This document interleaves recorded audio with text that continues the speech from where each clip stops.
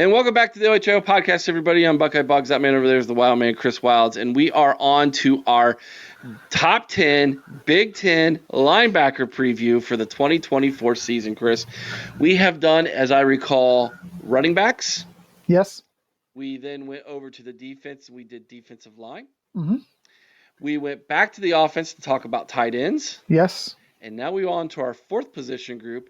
And the position group I like the best on defense is the linebackers. And so let's dive into the consensus top 10. So what we did, you had a top 10, Mm-hmm. I had a top 10, JR had a top 10. We combined those top 10s, and this is the consensus or the average, and it spits out a nice little top 10 for us that takes into account all of our craziness. So here we go. So you don't know this list, Chris. I do not know this list. Only I do. Here we go. Number 10, right off the bat, from Purdue. We just got done talking about Purdue. We just got finished with our Purdue preview. It's Kyon Jenkins, fourth-year senior, 2023 stats, 56 tackles, 7.5 sacks, 1 forced fumble, 1 pass deflection. Chris, you had him unranked. JR had him unranked. I had him all the way up to fourth. 7.5 sacks, and this is the heart and soul of this Purdue defense. Eric, let me tell you, I understand why you went with him. That's a tremendous amount of sacks. But at the same time, I think that you've got him overranked just a bit. Okay. But you know what? He's in a number 10. I'm not going to argue with it. Does it average out, though? You know what? All I'm going to say is 2 people had him unranked for a reason. Okay. All right. Very well. Number 9. How about Cody Simon comes in at number 9? Last year as a backup. Now, this is backup stats. 57 tackles, 2 pass deflections. Played a lot more at the end of the season. Chris, you had him at 9th. JR had him at 9th. I had him at 8th. He finishes right at 9th. And I'll say this about Cody Simon. He might start at 9th, but by the end of the year, he might be closer to those top 5. I agree 100%. The thing that held him back from being higher right now is the fact that he just, he didn't get the playing time. So, yeah, I could see him as a top 5 guy at the end of the season. At number 8, Kobe King. 59 tackles, 1.5 sacks, a forced fumble last year. Now, he was not those stats were not as a backup. Those were his starting stats. He started for a couple years now. His running mates moved down to the defensive line. They're expecting a bigger year from him. Chris, you had him at 8th. JR had him at 9th. I had him at 10th, and he slotted at 8th. I think this feels about right. Yeah, I agree. I think this is a good spot for King. Now he just has to, go out there and prove it to keep that spot. We're going to go back to Columbus for number 7, Chris. Sonny Styles.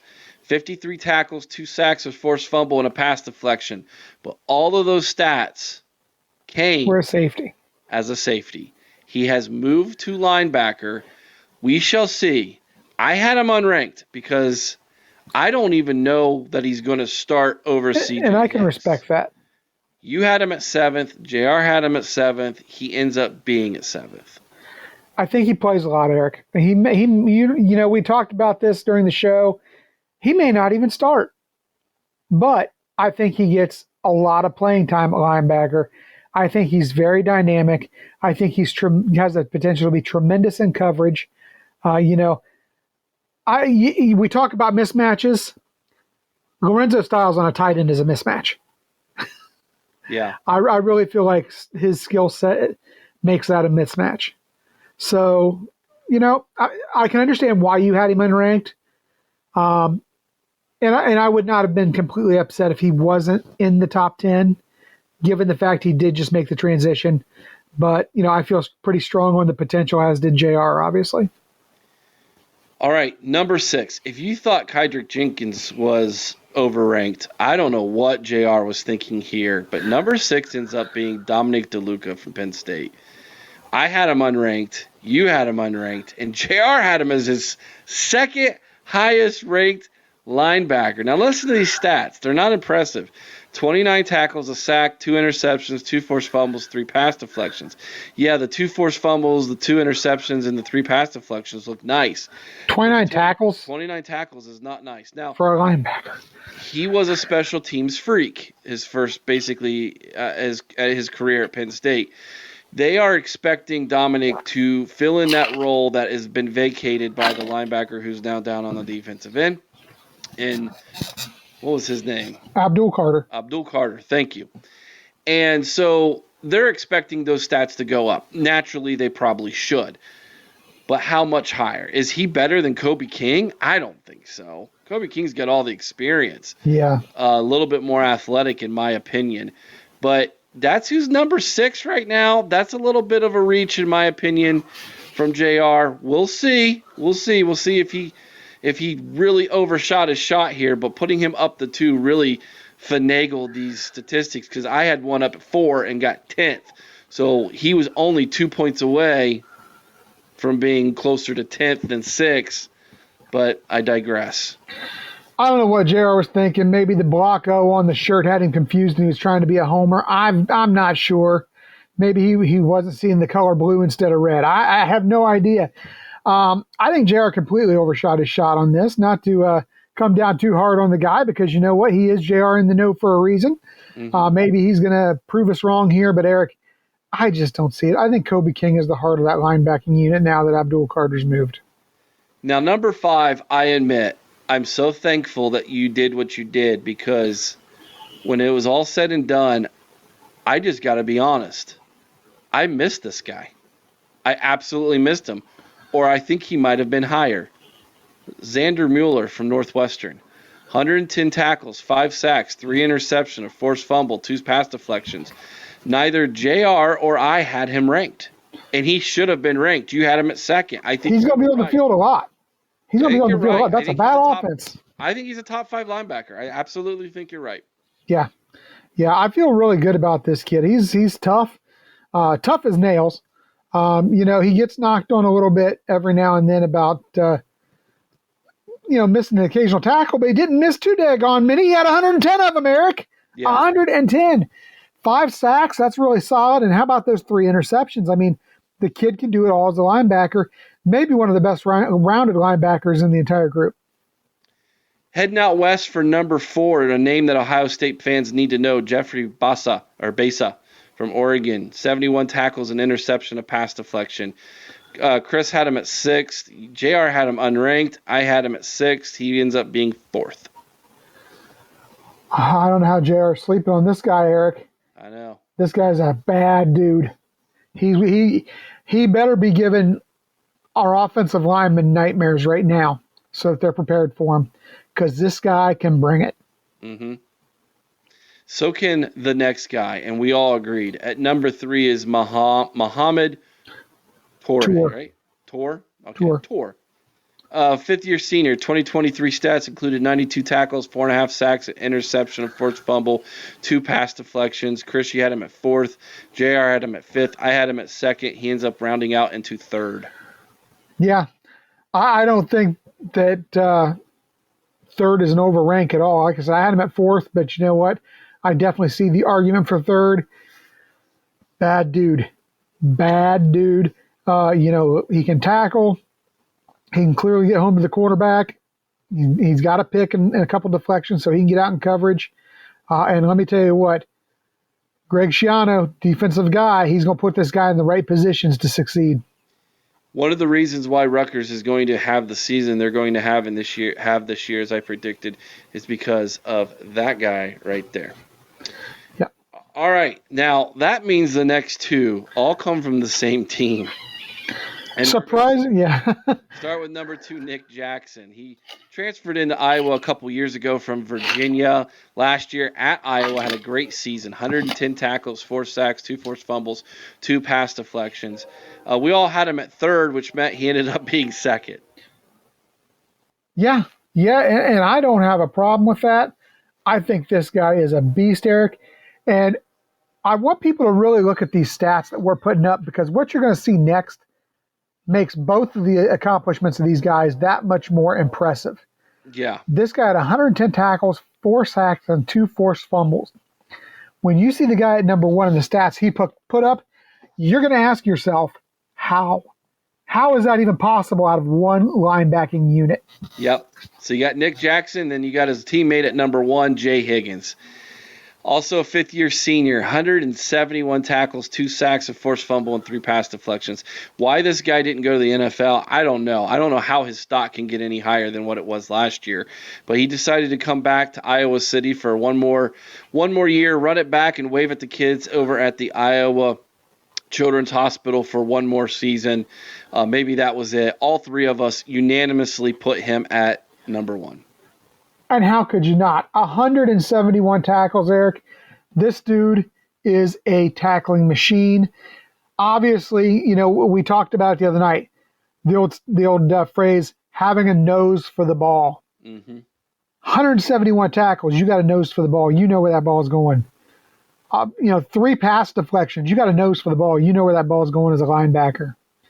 This guy is he is a force. And you want to know if Iowa has another 8-9 win season, like I think we predicted they will, these linebackers are going to be a big part of why. Absolutely. Chris, your overall thoughts of the linebackers in the Big Ten this year? I think it's a pretty good class. Oh, yeah. I think we've got, I'm going to tell you right now, I think we've got 4 solid draft picks in the Big Ten this year.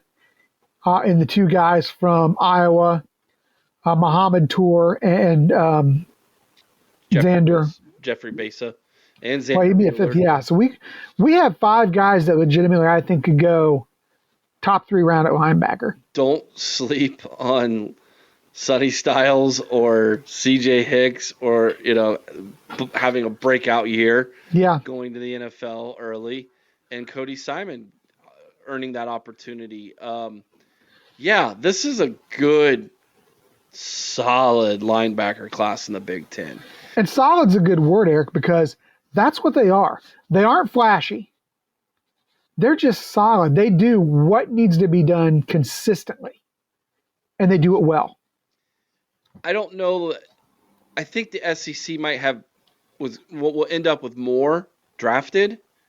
But I don't know at the top end if they have more at the top level than the Big Ten does. Like I think they're going to have more, but I just don't know that. I think the Big Ten has more at the top end, more of the first three rounds of linebackers drafted, in my opinion. I think right now, I think that they do. I would not be surprised to see 2 of these guys go in the first round. Yeah, if not 3. If not 3. But, linebackers, it used to be linebackers were a huge first-round commodity, not so much anymore. Correct. Now it's your quarterbacks, your defensive ends, your edge rushers, your corners. Those tend to dominate. And of course, any kind of a quality offensive lineman.